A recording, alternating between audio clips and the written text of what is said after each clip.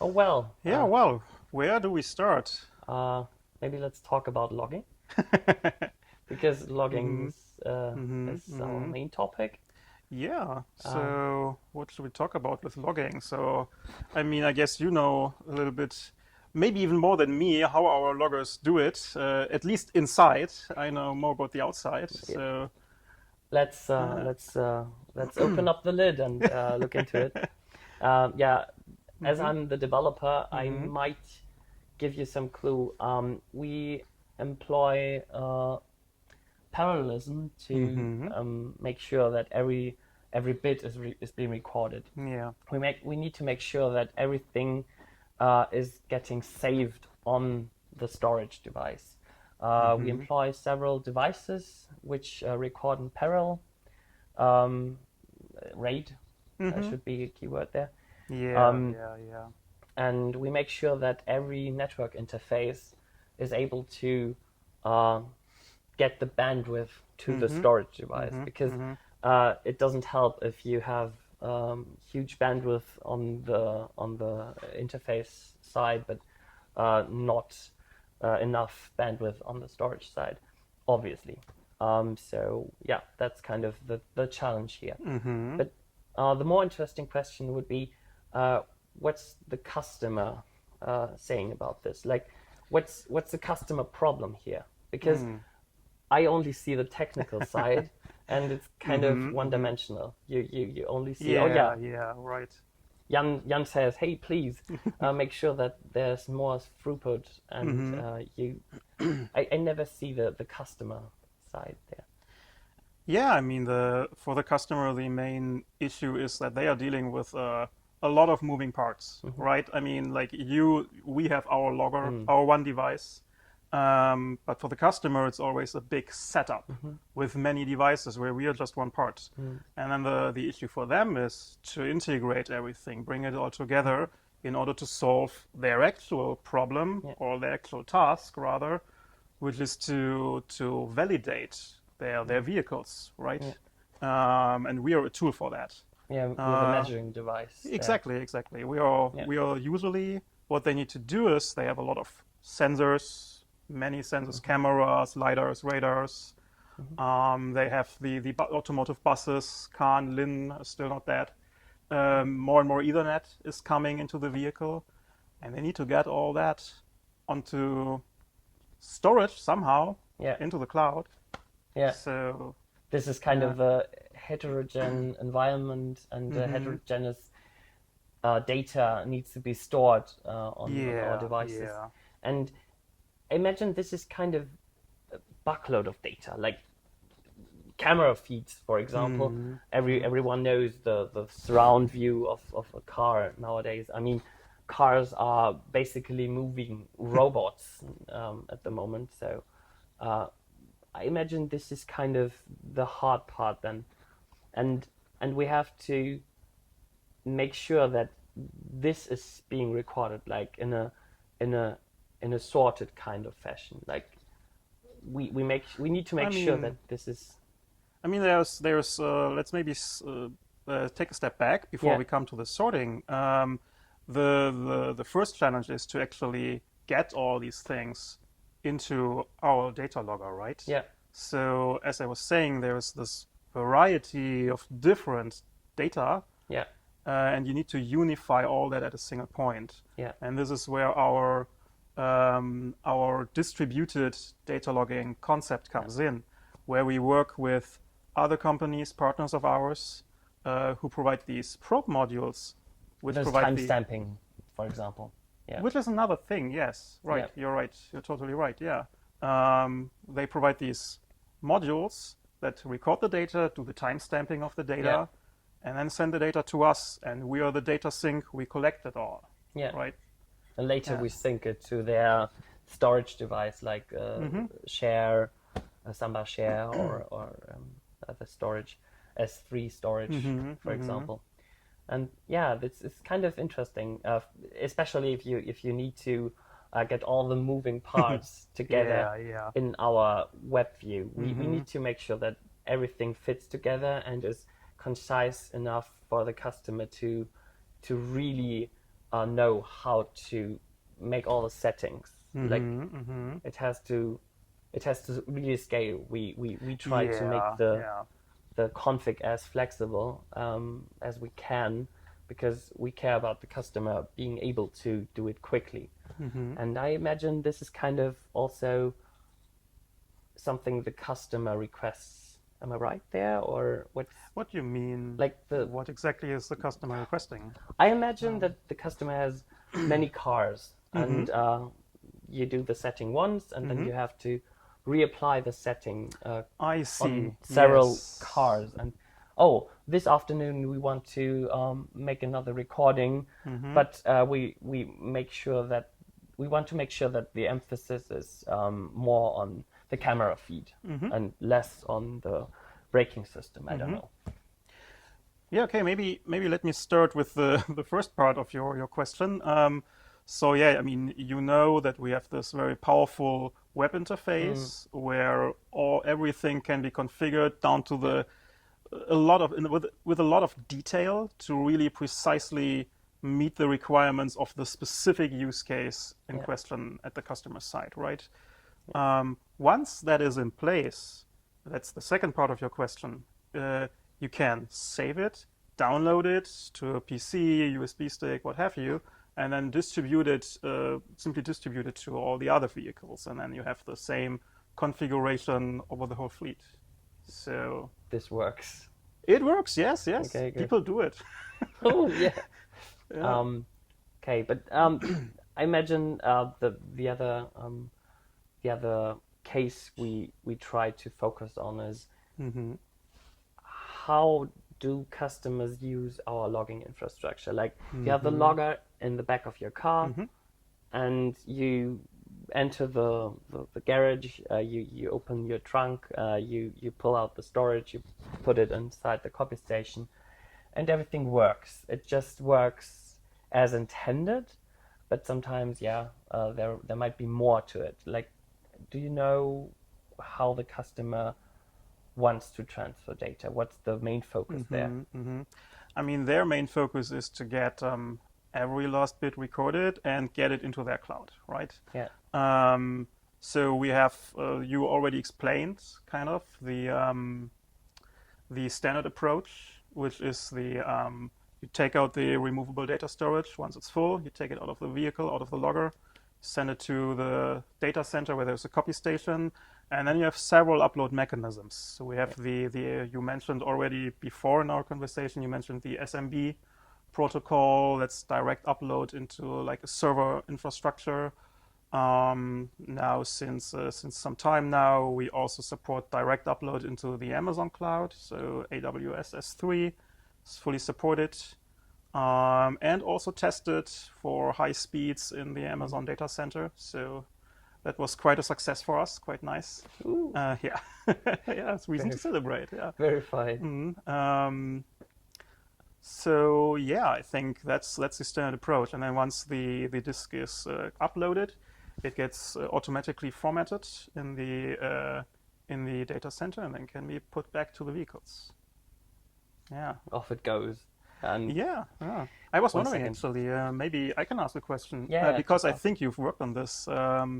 Because another important topic is is to make sure that during the transportation of the data storage, that the data is safe. So we have these encryption mechanisms you mean the in place, encryption, right? And I think you are more the expert on that than me. I know a bit about how to use it, but maybe you could explain that a encryption bit is a to very me. interesting thing because we use the self-encryption mechanism the underlying NVMe drives provide.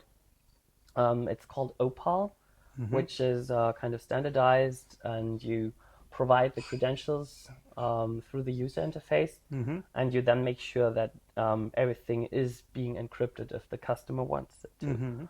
The interesting part is, you have multiple cars, but you want to make sure that maybe every car uses its own credentials to make sure that if you lose a drive, for example, then nothing important will be readable by others, except the car which recorded the data.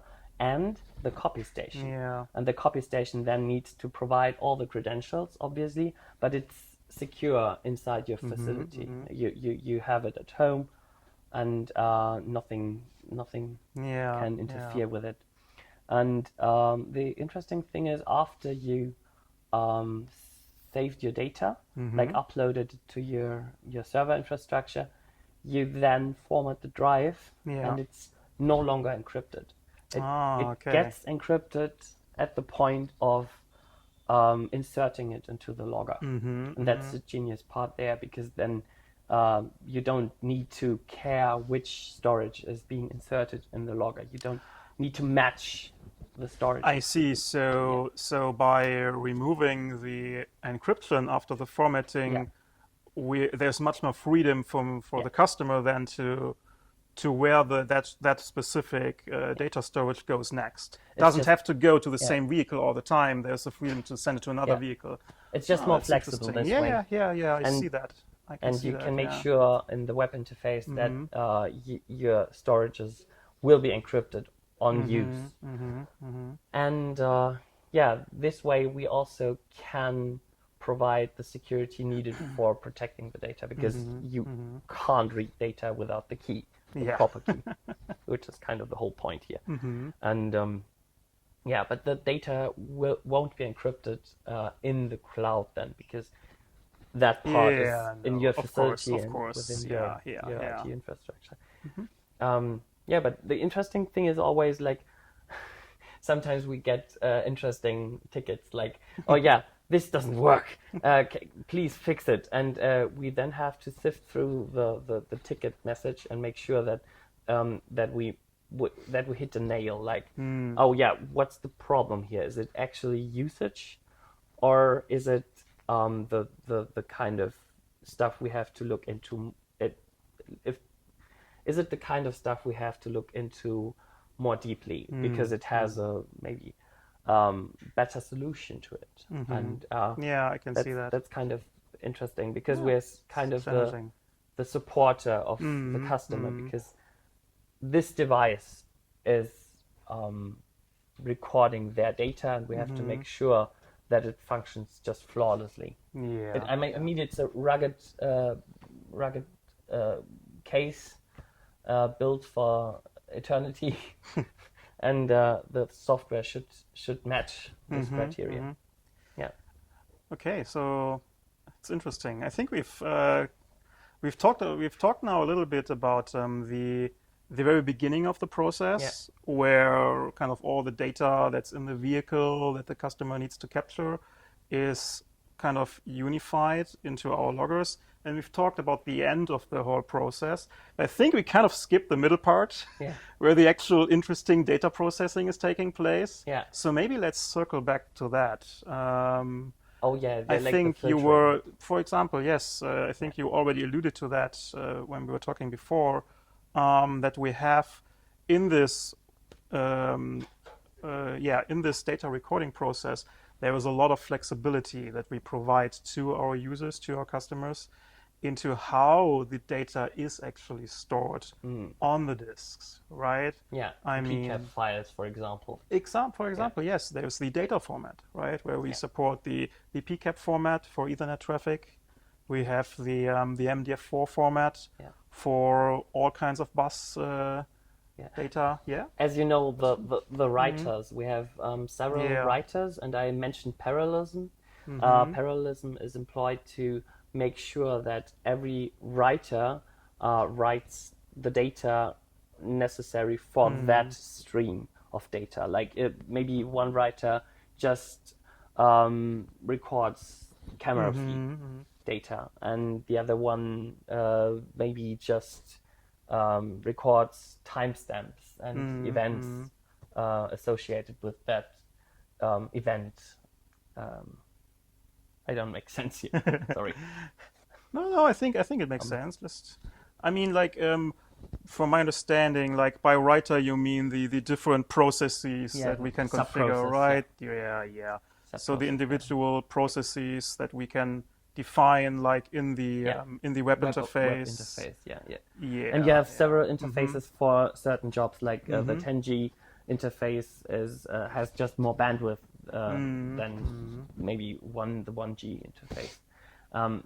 Thus, you want to make your setup in a way that everything makes sense to the logger. But I think we are flexible enough to provide a solution for all use cases there. And I mean, like 25 gigabits of data, that's kind of Well, the max without filtering. sometimes people need more, but I mean, that's where our sync protocol comes in. But that's maybe a topic for a little bit later. Let's stay with the writers maybe for now. So yeah, I think it's interesting. I feel like it's one of our Unique. kind of our most powerful mechanisms, really, which to me it's always fascinating because you become used to it so quickly, and it feels so natural. And then but when you actually talk to to your teammates in the development who've actually built the stuff, it's really quite complex and deep, and like what it all means. Where, for example, if like all the data is written to disk, and you have these different processes, each process writing into a separate file on the disk, different folder structure, and you can actually synchronize the file cutting down to the finest timestamps. It's like down to the single event level. It's really very impressive, actually, like what our engineers have built there. Maybe just talk about encryption again, because you just mentioned it. Like encryption is kind of the core of security here. We have to make sure You mean by security, you mean data security for the customer, Yeah, right? yeah, obviously. You want to protect the data from being looked into by other third parties. Every car needs to have its own key, according to some customer of ours, and that part is kind of uniquely implemented by us. We employ a different key for every logger. Like you can use the same key for every car, but the interesting part is, if you have different credentials for different cars, then it gets kind of more secure in the means of, the copy station can read every recorded storage, but not every car can read every storage recorded by any car. So if you maybe have, for example, a car in some urban environment, and maybe the car is being compromised, like worst case scenarios. Then you can just make sure, it's only this storage compromised, because maybe your logger is screwed down to your trunk, then it doesn't matter, because the key material still exists only within the logger and the key station. Yeah, but I think the important part you mentioned is that in the end it's up to the customer, right? I think it's one of our favorite keywords here is flexibility, and like we like to provide the flexibility to the customers to use this process. So we like to design these processes as open as possible, right? We try to stay as close to the customer's requirement as possible. Like we talk to our customers. If I have to implement, I know. You did talking. I just implemented. No, we have the requirement, and we try to hone it down to the thing the customer actually wants. We talk to them, you stay in contact, and we try to implement it in a way that this requirement is being met in the end. And this is kind of the thing. Our product is a living product. We develop it with the customer and for the customer. So if the customer says, I need for each car an individual encryption key, then we make sure that our encryption works this way. And we want to make sure that if the customer, for example, wants to sync the data to S3, then we make sure that the copy station is being able to. And this is kind of the speciality we provide. We provide the service and the capability of doing this.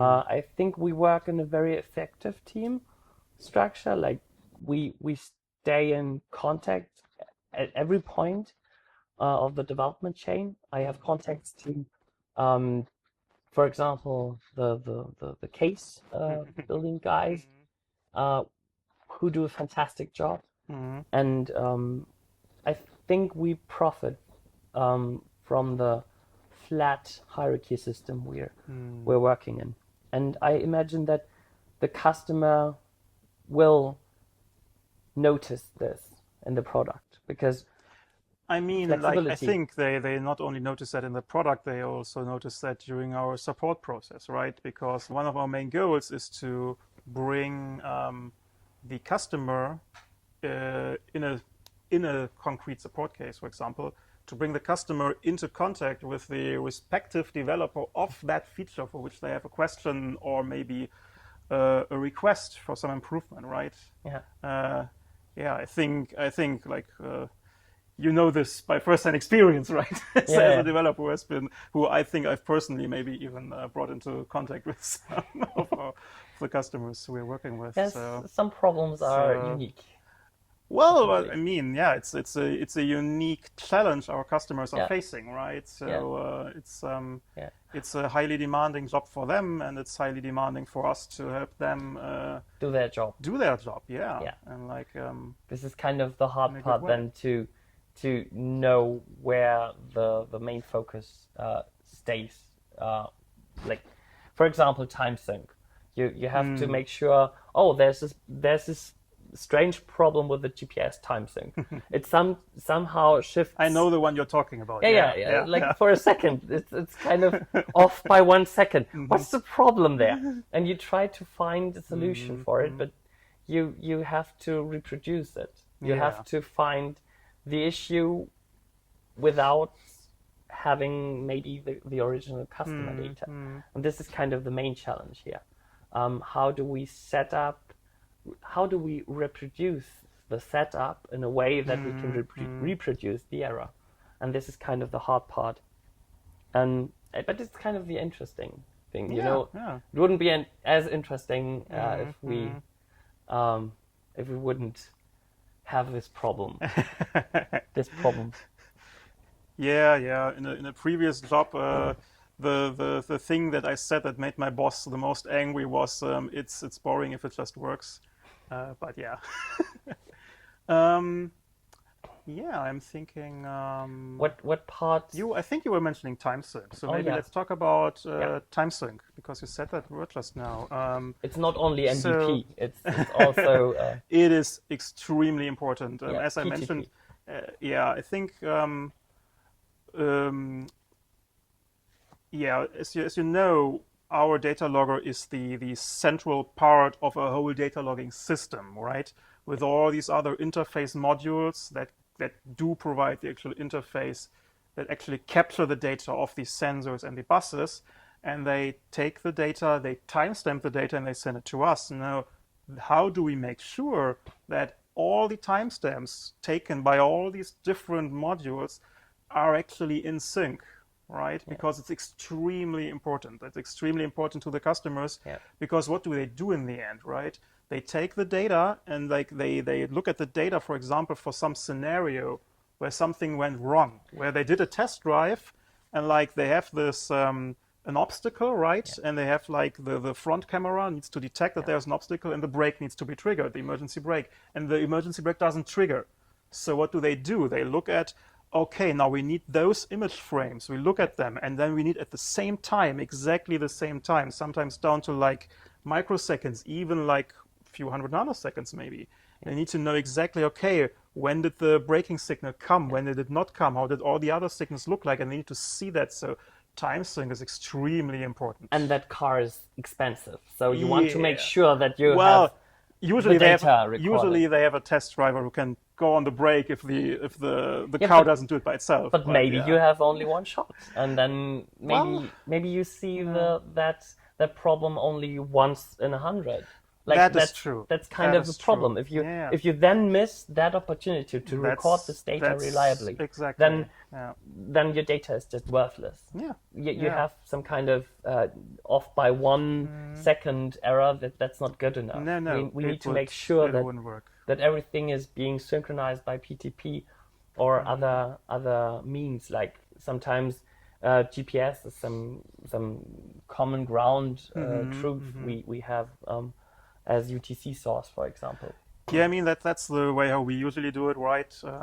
We have our logger who then who has a clock internally running very precisely, and it distributes this clock over the actual, sometimes even the same interface where the data flows to us.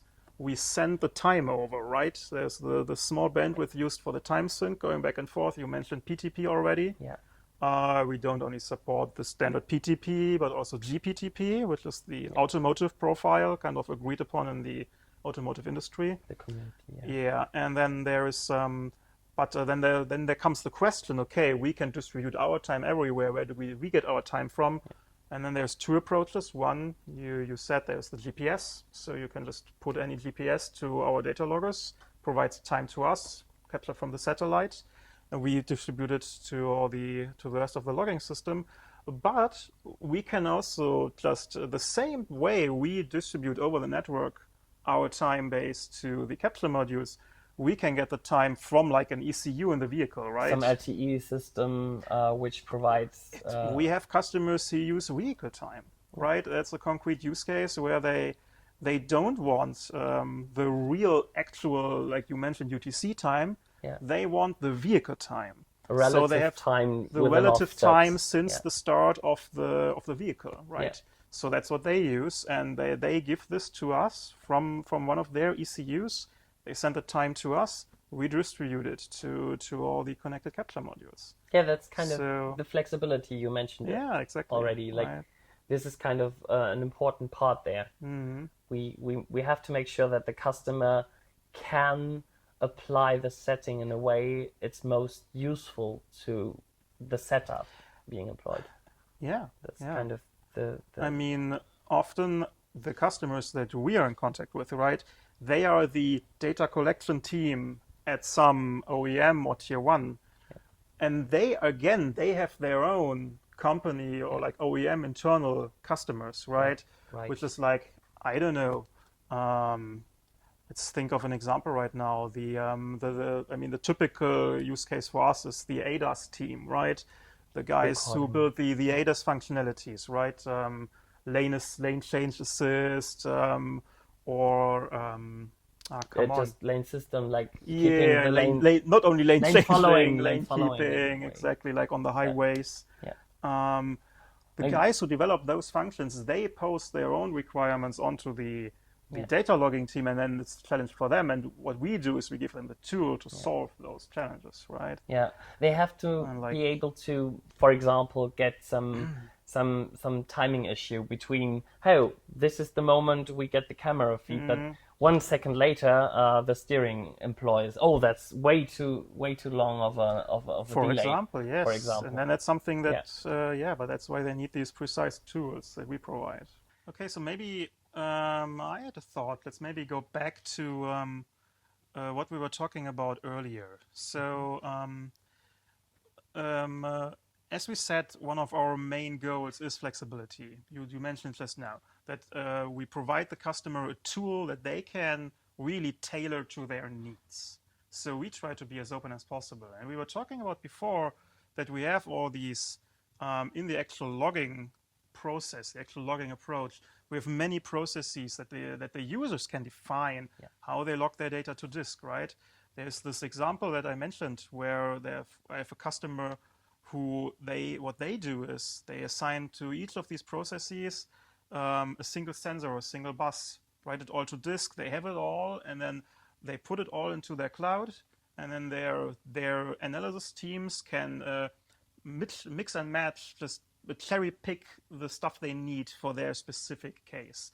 But we have customers who do it differently, right? Where another customer that I work with since a few years now, the way they do it is they decide actually before the logging okay, that team needs this data package. So they define a writer that has all these different buses and sensors, and then they define, and then for that team specifically. So all the data is already bundled on the disk when it gets, on the data storage, when it's taken out, it's already there. And then for the other team, they might, they have their own data set that's being recorded. And there might be some overlap. I think you already said before, right? Sometimes you record the same data twice or thrice. Yeah. And this is the reason why it happens, right? But your storage is just big enough, and it doesn't matter Yeah, if, right. if, Yeah, if yeah. you I if mean- you recorded the event twice, then Yeah, then I mean- but your post-processing time will be decreased. Then Yes, you can exactly. just pick your data set you're being interested in. And for example, filtering also employs also the way of filtering also makes it possible to filter out data.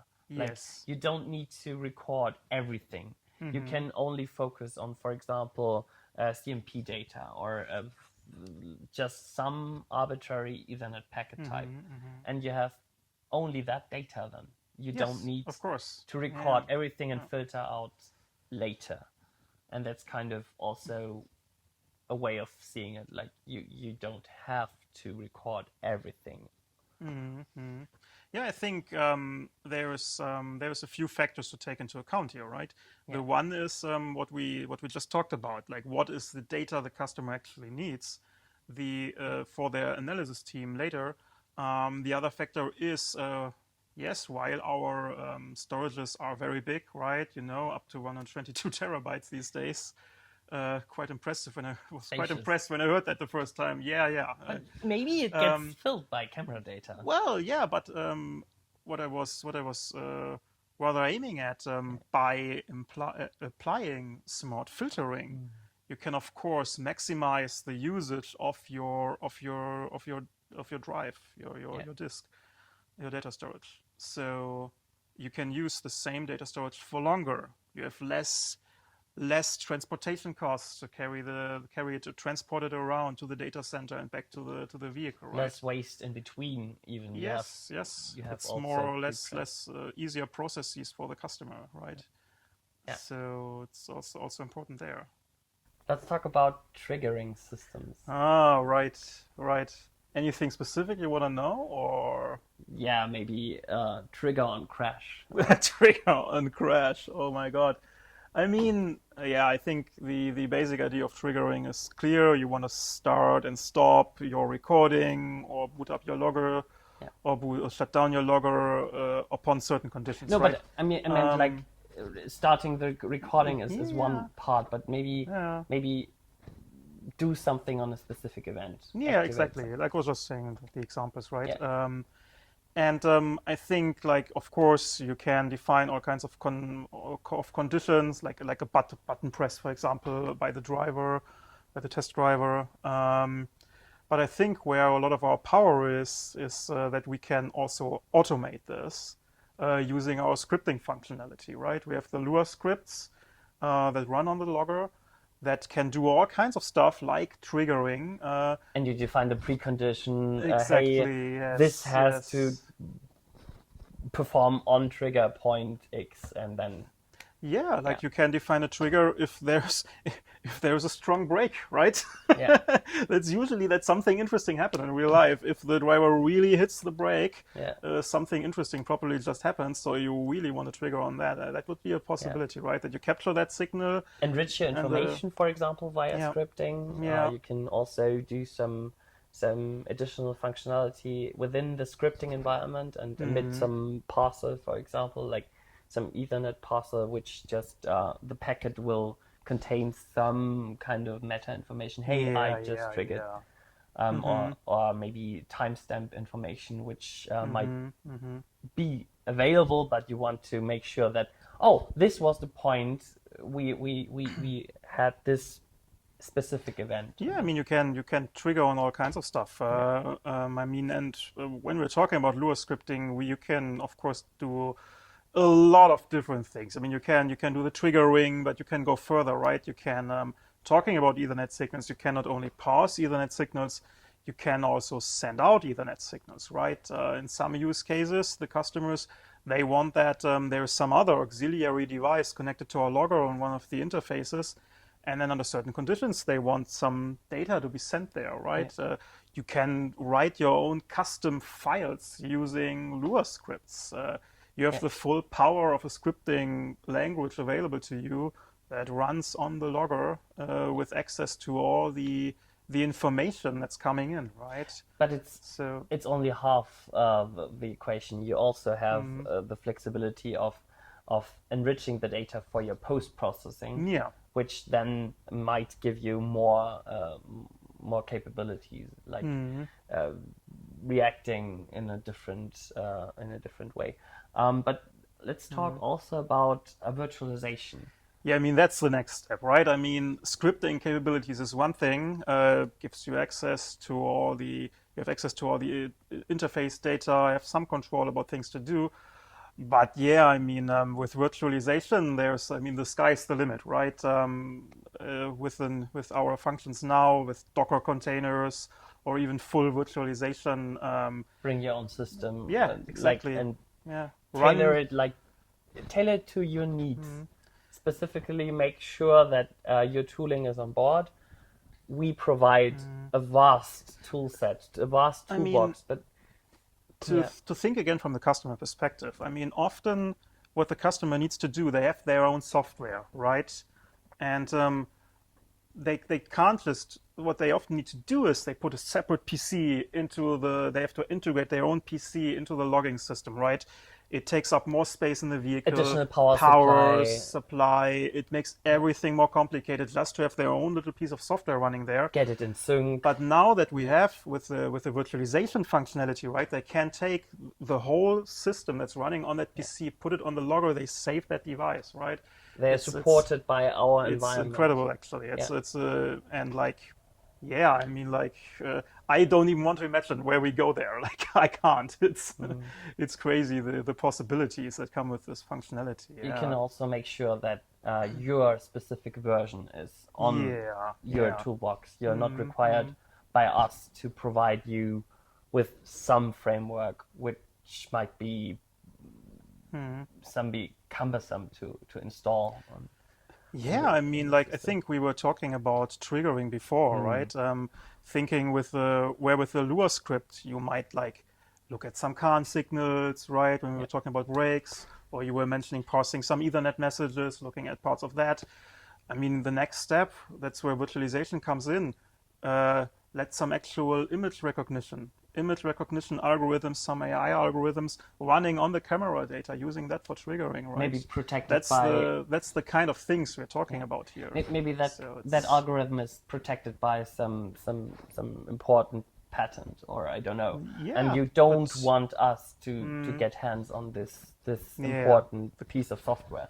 So you just provide it with your configuration. Just this is kind of the flexibility. I mean, the power there is what differentiates this from us implementing a feature is that just what you said, right? You can go around some legal licensing issues, and you get a lot more freedom in what gets put on the logger. You're independent, more independent. But maybe this is a good segue to get into how it actually looks like if we should implement something for a customer, right? Yeah.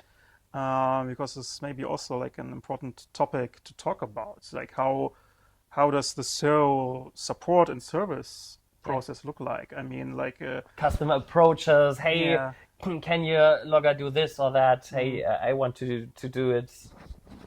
For me, and then we have to talk obviously on some technical level, but also the sales aspect is after sales with the support structure. I feel like maybe talk a bit about this. Let's talk about support structures in general. When something goes wrong, and let's face it, nothing's perfect. Not even we with a measurement device.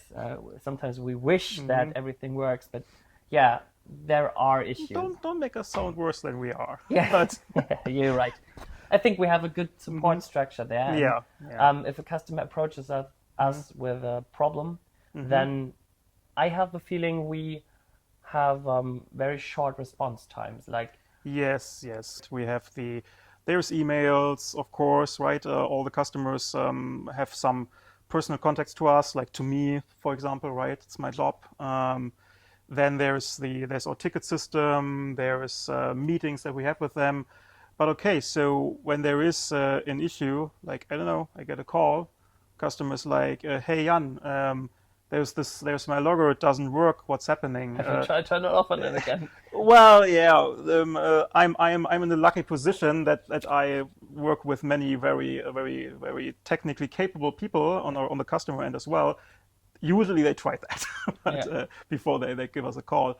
But anyway, yeah, they come to us, they have some issue, and then of course, yeah, there's different stages, right? In the first stage, we in the support team, we have a look: is this an issue we know? Is there a workaround we know? And if not, we try to, as fast as possible, arrange what we call a live session, right, Yeah. where we go into a meeting with them, often just a few hours after they gave a ticket or the call, and we can go in. They can demonstrate to us in their environment, hey, okay, this is what I'm doing, this is what happens. Then again, we can see, does it work or not. Then if we from the support team, we don't understand it, we get the developer who did that feature and we take them into the call. I guess you may have experienced something like that Yeah, already, yeah, right? Yeah. I can recall some event. Like sometimes just yeah, some developer of ours joins the room and says, "Oh yeah, there will be a support meeting in 20 minutes. Do you have the Yeah. time?" And then yeah, obviously you're working on something at this point. But yeah, as customer pays the bills, Yeah. you will then join the customer call, and often we find the root cause very quickly. Like Yeah. there's some Yeah. kind of issue with some filter, and we provide them with a workaround, and yeah, that's kind of everyday stuff. Yeah. But yeah, I think I really like working with you in this Oh, position thank you. because this is kind of you keep the important stuff for us, but you also filter like Yeah. the reoccurring issues, or maybe some issue is already known by us. Then Yeah. oh Yeah. yeah, we need some time to process it, and we provide a solution as quick as we can. But in the meantime, there might be some other customer or some other scenario Yeah. also having the Yeah. same issue, and then you know, oh yeah, we are already working on it.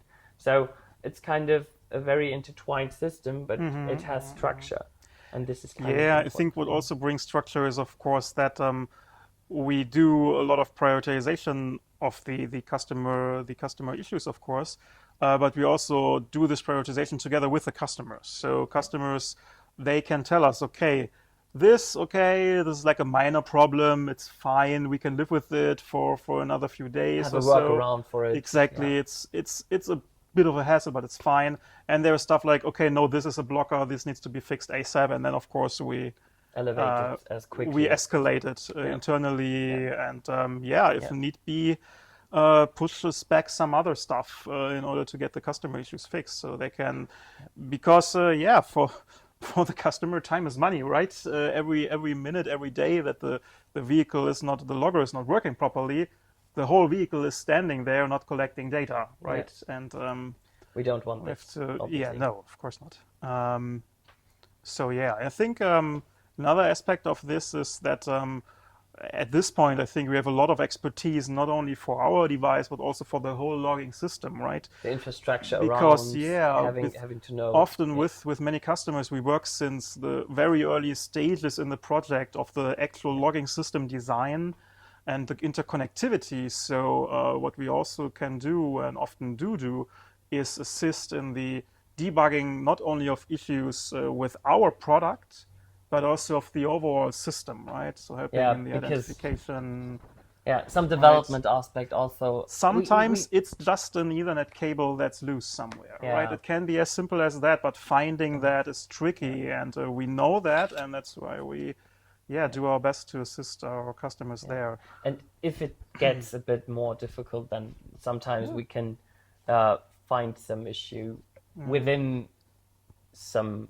definition. For example, sometimes It's just, oh yeah, you have to turn auto logging on if you want that the logging starts. Well, this is at something we startup. try to capture then in the first level Yeah, support, yeah, but yeah. yeah.